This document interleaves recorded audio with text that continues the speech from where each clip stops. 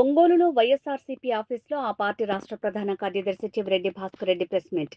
SECI ఒప్పందాలపై మంత్రి బాలినేని సంతకాలు. బాలినేని సంతకం చేశాకే కేబినెట్లో ఆ అంశం. కేబినెట్ ఏకాభిప్రాయంతోనే సెకీతో ఒప్పందాలు. చివరెడ్డి భాస్కర్ రెడ్డి స్పష్టీకరణ. 2021 సెప్టెంబర్ 17న సెకీ నుంచి రాష్ట్రానికి లేఖ. సెకీ లేఖపై కేబినెట్లో వివరించిన అధికారులు. కేబినెట్లో తొలుత సూత్రప్రాయంగా నిర్ణయం. తర్వాత ఎనర్జీ సెక్రటరీ నేతృత్వంలో కమిటీ ఏర్పాటు. నెల రోజుల పాటు కమిటీ అధ్యయనం. కేబినెట్ ముందుకు ఆ నివేదిక. సమగ్ర చర్చ. సెకీతో ప్రభుత్వ ఒప్పందానికి కేబినెట్ నిర్ణయం. 2 సందర్భాల్లోనూ బాలినేని శ్రీనివాసరెడ్డి సంతకం. మరి అర్ధరాత్రి ఫైల్ పంపారని ఎలా అంటారు? వాస్తవాల వెల్లడితో పటాపంచలైన బాలినేని ఆరోపణలు. నిన్న మొన్న మాజీ మంత్రివర్యులు బాలినేని వాసన్న మాట్లాడుతూ నిజంగా కూడా ఒక అబద్ధాన్ని ఒక స్వార్థ ప్రయోజనం కోసం తన మాట్లాడిన తీరు ఖచ్చితంగా ప్రజలు హర్షించరు. తన మంత్రిగా ఉన్నప్పుడు జరిగినటువంటిదంతా కూడా తనకు చక్కగా తెలుసు ఏం జరిగిందని. ఎంత గొప్పగా తన మంత్రిగా ఉన్నప్పుడు రాష్ట్రానికి మేలు జరిగిందంటే విద్యుత్ చరిత్రలోనే ఒక చారిత్రకమైన ఒప్పందం జరిగింది. అది కూడా సెకీతో విద్యుత్ కొనుగోలు ఒప్పందం ఒక విద్యుత్ చరిత్రలో చారిత్రకమైన ఒప్పందం. సంవత్సరానికి 3,700 కోట్ల రూపాయల ఆదాయం ఇస్తూ 25 ఏళ్లకు 1,00,000 కోటి రాష్ట్రానికి ఆదాయం వచ్చేలాగా జరిగినటువంటి ఒప్పందం. చంద్రబాబు నాయుడు గారు ముఖ్యమంత్రిగా ఉన్నప్పుడు జరిగినటువంటి ఒప్పందంతో పోలిస్తే ఈపీపీఏలో 50% కన్నా తక్కువతో ఒప్పందం జరిగింది.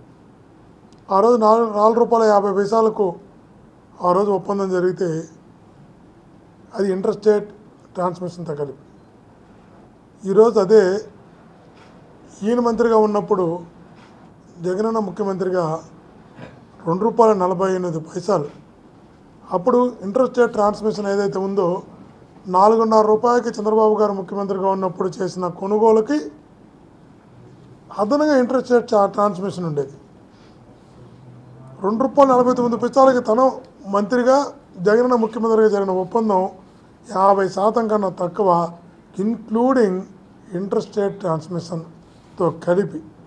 అంటే ఇంత మంచిగా జరిగిన ఒప్పందాన్ని మంచి అని చెప్పుకోలేని దీన స్థితిలో ఈరోజు ఆ కూటమి ప్రభుత్వంలో వాసన్న ఉండడం నిజంగా కూడా బాధాకరం.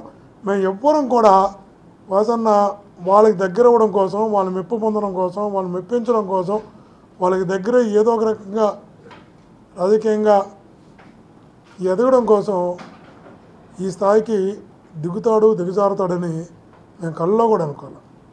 మంచిని మంచిగా చెప్పుకోలేనటువంటి దీని స్థితిలోకి ఆయన వెళ్ళిపోయినాడు ఈరోజు.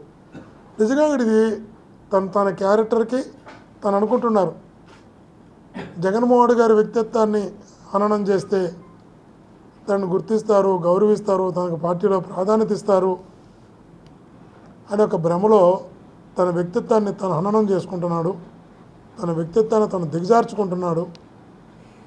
ఈ ప్రజలందరూ కూడా అలా భావిస్తున్నారు అనే విషయాన్ని నిజంగా వాసన్న మర్చిపోతున్నాడు. ఇది మంచిది కదా, ఎందుకంటే తను నేను ఎంపీ ఎమ్మెల్యేలుగా పోటీ చేశాం, తిరిగాం. కానీ ఎవరినో మెప్పించడం కోసం, ఎవరికో దగ్గర కోవడం కోసం, ఏదో ఒక ఎమ్మెల్సీ అవ్వడం కోసమో, దానికన్నా పై పదవి కోసమో ఈరోజు మనిషి అలా దిగజారిపోతాడని మేమైతే ఊహించలేకపోయాం. ఎవరు అంటున్నారు సార్ తన భ్రమలో ఉన్నాడు, పాపం ఆ ఎమ్మెల్సీ పదవి కూడా 9 కోట్లు ఎంత ఇచ్చి కొనుక్కునే పరిస్థితిలో ఉన్నాడు తన పాపం. అక్కడ తనకి ఆడు ఫ్రీగా కూడా ఇవ్వడం లేదు అంటే ఆశ్చర్యం వేస్తుంది.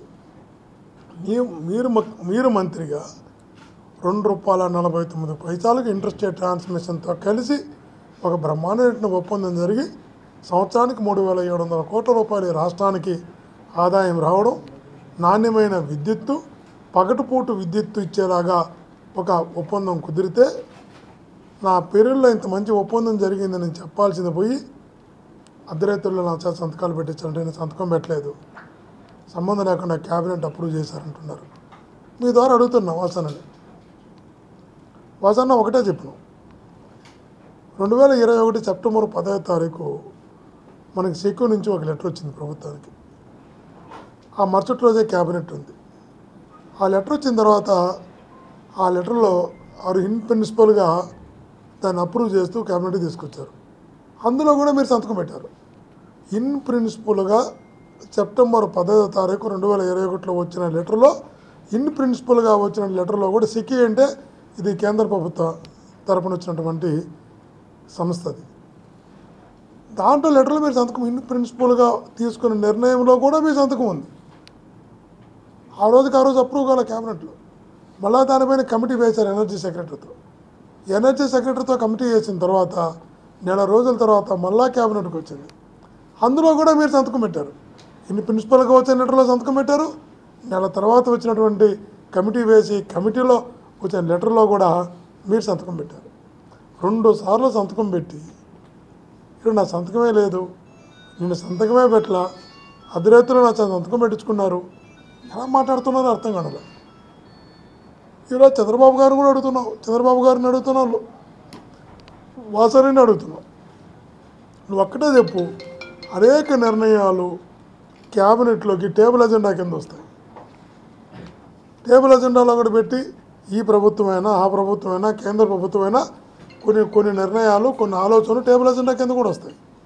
కొన్ని ముందు రోజు నిర్ణయాలు తీసుకున్నట్టు ఉంటాయి. ఇవన్నీ కూడా సర్వసాధారణం. పరిపాలన, నేను 10 సంవత్సరాలు శాసనసభ్యుడిగా పనిచేశాను. ఈ వ్యవస్థ మీద ఉన్న అవగాహనతో చెప్తున్నా. కాబట్టి నాకేం సంబంధం లేదు, నేను పెట్టలేదని క్యాబినెట్ అనేది కలెక్టివ్ డిసిషన్ అవుతుంది ఎప్పుడు కూడా.